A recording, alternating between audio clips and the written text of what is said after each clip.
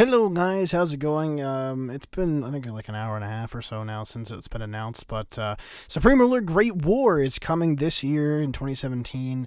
They don't have a date yet. I asked them about that, and I haven't had a response. So yeah, hopefully we get one, and then I can get an exact date. But yeah, apparently no release date yet. But yeah. Woo. All right, so let's talk about it. They've announced it on Facebook. They've announced it on their website. I'm going to read off their forums, which is the same as their the Facebook post. If you've seen the Facebook post, but it's just more organized for me to read to you guys out there and just talk about it and stuff like that. Because I want to talk about it and the stuff that they've put down there in the stuff that's happening and about the game and all that kind of crap. So, first things first, too, though, before I get too far into this, because I know a lot of you are just going to click away, I'll put a link in the description to the BattleGoat Forums post of this. If you haven't signed up for the BattleGoat Forums, you totally should. If you're a Supreme Ruler fan, it's a great place to be. Also, if you click on the other link in the description, that goes to the Facebook posts. Now, I want this game. I really want this game, and I'm going to get it. I'll buy it regardless. But if you guys want to leave a comment like, "Hey, you should just give Infinitum a key or whatever, or even beta access or something," nudge, nudge, wink, wink. That would be cool. We tried with Ultimate and it failed. So maybe with this, it'll succeed, perhaps, maybe. So if you guys want to just nicely comment, hey, you should give Infinitum a key or give him early access or something like that, or you could do some cross promotion or something maybe. In the past, it's worked out nicely. Trump Rising has 22,000 views. Rise of the Reich, which was 1936's intro, I think it was 1936's, or was it Ultimate? 1936, 46, almost 47,000 views. My Supreme Ruler Ultimate, 12,000 views on England and a Russia campaign that I did early on in that game's lifespan. So, history repeats itself, BattleGoat. If you want some sweet, beautiful publicity, then I'm your man. I'm your man, just saying. Anyway, let's get on to the post. Enough me trying to suck their dicks. I'm going to read the post and just kind of talk about it a little bit and try to understand what is going on here. So I'm going to start from the top. Ancaster, Canada. They're located in Canada. BattleGoat Studios is delighted to announce the development of their upcoming real-time geopolitical strategy / war game, Supreme Ruler The Great War. BattleGoat's lead programmer and co-founder, George Gexy, I'm pretty sure that's how you pronounce your name, George, I'm sorry, commented that Supreme Ruler The Great War adds a new era to the franchise, building upon the game system, which has evolved over more than a decade. The combat, diplomatic, and economic systems developed for the series continue to offer unique strategy experience, one which has always been well-suited to global conflicts. The First World War remains a topic of great interest to historians and gamers alike, although few games model the strategic challenges that the great powers faced during the era. Adding a World War I title to the series fills a gap in both the franchise within the PC strategy genre. And to be totally fair, outside of a few mods of like Hearts of Iron, yeah, yeah, they're kind of right there. There's not really any great World War One strategy games and stuff like in the realm of Supreme Ruler or Hearts of Iron and stuff like that, outside of mods, of course. So it'd be kind of cool to see. They either generally go with the Second World War, modern era, or old as fuck. Like Rome and Victoria and stuff like that. Europe Universalis is older. Yeah, even Civilization and stuff like that. You have to start out and get there, but even they don't have technically a World War One. So yeah, it's kind of cool. They continue. Game designer and project lead Christian Latour. Great to see him back. He's a great guy. I've talked to him on many occasions, actually. Fantastic guy. Glad to see him back with the Supreme Ruler guys. He left BattleGoat briefly and did his own thing for a little while. He developed a couple of mobile games, and so it's nice to see him back under the Battle Goat banner and in the chair for Supreme Ruler, so that's pretty sweet. Anyway, yeah, Christian Latour added, since the completion of Supreme Ruler Ultimate, the community has continued to ask if we'll be developing more content. Yeah, most players wanted us to go back further in history, and the First World War remained the most popular request. Makes sense. The scope of an entirely new era goes beyond adding another DLC to one of the existing games, like Ultimate. It fits best as its own title within the franchise. Having developed the later eras already, we are able to add earlier time frame and flow seamlessly into gameplay experiences for which the Supreme Ruler titles are so well known. With the required development tools and an experienced team in the house, including himself, we know that we can build the World War I strategy game fans have been asking for, and I fucking hope they can. God damn it. Yeah, like I said, great to see Christian Latour back in as game designer and stuff like that. He does a lot of the artwork and whatnot for that, so great to see him back in the chair with Battle Goat. I'm very excited to see him back with George and the crew. Nothing about Daxon. I don't know if he's still kicking around or not. He's in the Supreme Ruler community Facebook group. You see him poking around every once in a while, but nothing about Daxon if he's back in or not. I'm going to assume he probably is, but I don't want to say for sure. Anyway, so about the game. So they go into it. Expanding on 16 years of development on the Supreme Ruler series of real-time geopolitical military strategy games for PC and Mac. Yeah, it's been that long. Supreme Ruler: The Great War brings players back to 1914. Oh, God.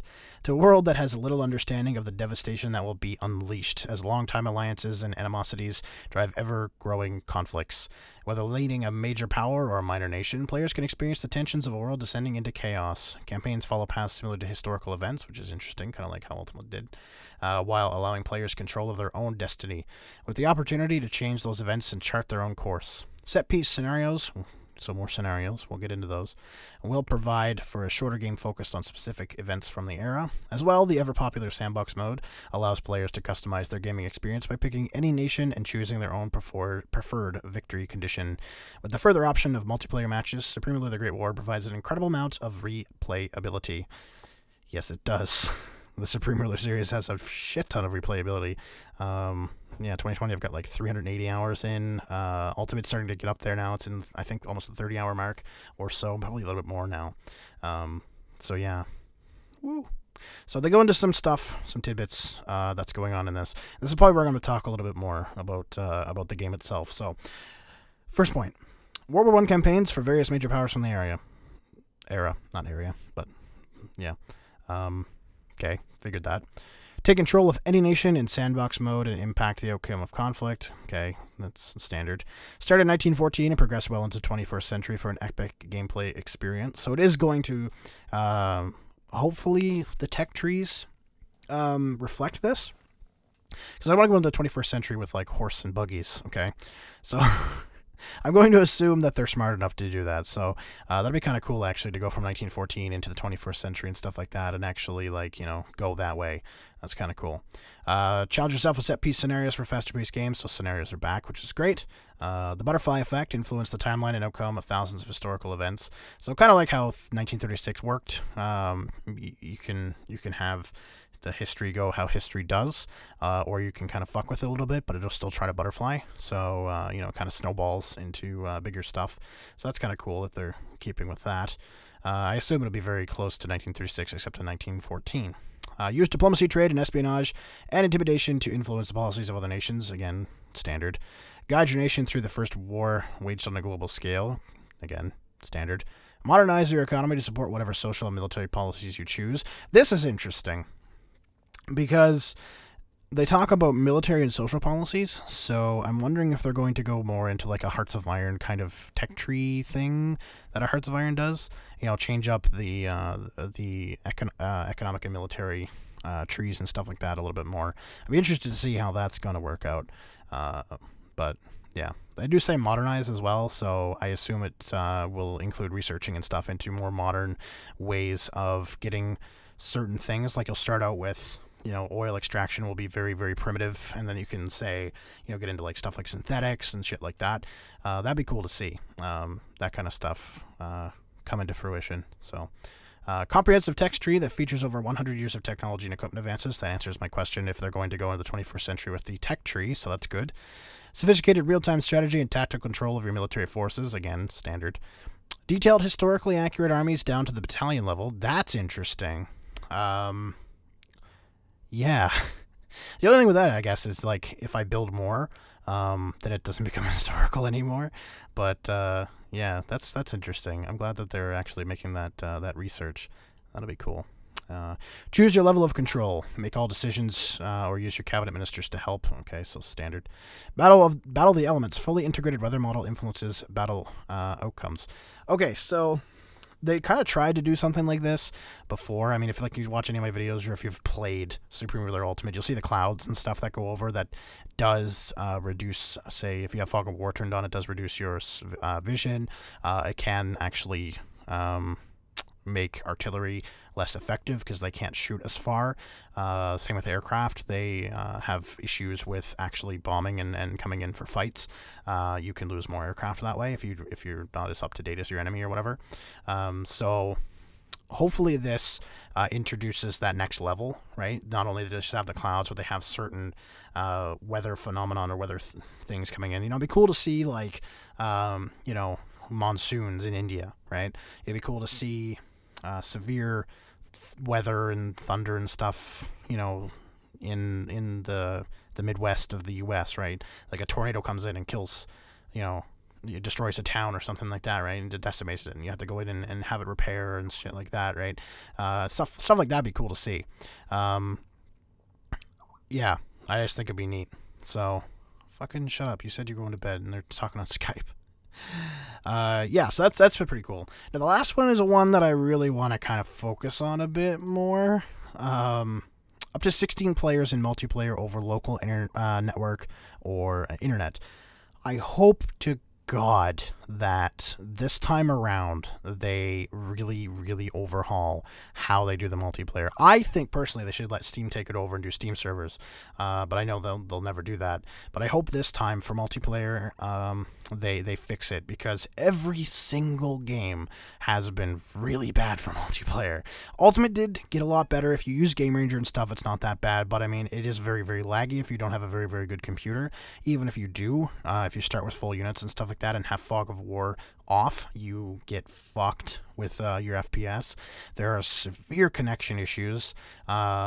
People that have bought the game not on Steam, say like on GOG and stuff, have had issues with versions. So like not a quite up-to-date version compared to the Steam one or something like that.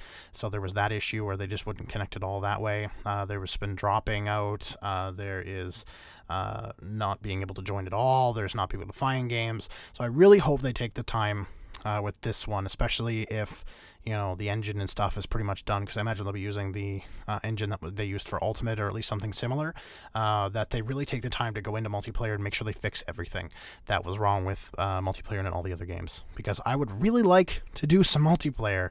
Like, I want to beat up and challenge Calm Down Level Up to a game of this, okay, when it comes out. I will buy him this game if he can't afford. I will buy him this game, okay, to fight him, but it has to work. Okay, it has to work. And same, a lot of you guys have said, hey, you know, would you do multiplayer with your fans or with other YouTubers and stuff? Again, I just said I'd do it with Calm Down Level Up. I'd do it with Adept if he was willing. If Superstrat was still doing stuff, I'd do it with him. You know, I want to be able to do that, but with the exception of Ultimate, for the most part, again, Ultimate still has major issues in that category. I haven't been able to, because you just can't. You just can't. It's awful. So hopefully they fix it, because that would open up a whole can of worms. So BattleGoat, fix it. I know you're probably not watching this video, and you're probably mad at me now, so you're not going to give me a free copy or anything anymore. Wink, wink again. You know, if you want to, my email is in the channel. You know, just saying. But please fix it. I'd be very happy. So yeah, that's really it. They talk about BattleGoat Studios here on the forum. They've been around for 35 years as of this year. The first game they ever released was actually in 1982. It was a text-based game on the, I believe it was the TSX, or the TES, I should say. which was a interesting computer, to say the least. So yeah, I mean, their first modern one was 2010, which was released quite a while ago now. Dang. And Super Miller 2020, of course, is the more famous one, along with Ultimate, because it was the first one on Steam, and Ultimate's the latest one. So I'm excited for this one. Again, hope it's good. Here's glass. Hats off to these guys doing all this and stuff. Awesome to see Chris back. Good luck, Chris, with doing this. Good luck to George and the team with doing this. Once they have a release date, I will update you guys. I won't make a video just on the release date, but I will let you guys know in a video or two that of the release date. So yeah, it's pretty cool. I'm looking forward to it. It seems like it's pretty standard Supreme Ruler this time too, which is fine. They don't have to make a giant leap every single time they make one of these. So yeah, it looks good. If it's anything close to Ultimate, it'll be decent. So I'm looking forward to it. Hopefully 2017 is soon this year and not, the last day of 2017. But once we know a release date, then we can look more forward to it. Maybe even pre-order it, I don't know. But maybe I'll even give it away. We'll see what the price point's at, and maybe I'll give away a key on release or something. I don't know, but we'll find out. Thank you very much for watching, guys. What do you think of it? Do you think it's going to be great? What are your thoughts on it? Let me know. Leave a comment. I'd love to know your guys' thoughts and stuff like that. Generally, you guys pick stuff up that I don't, so it helps me, think about what I'm saying and the game in general. So, good luck to the Supreme Ruler guys. Good luck to the team, and yeah, I'll see you guys next time. Peace.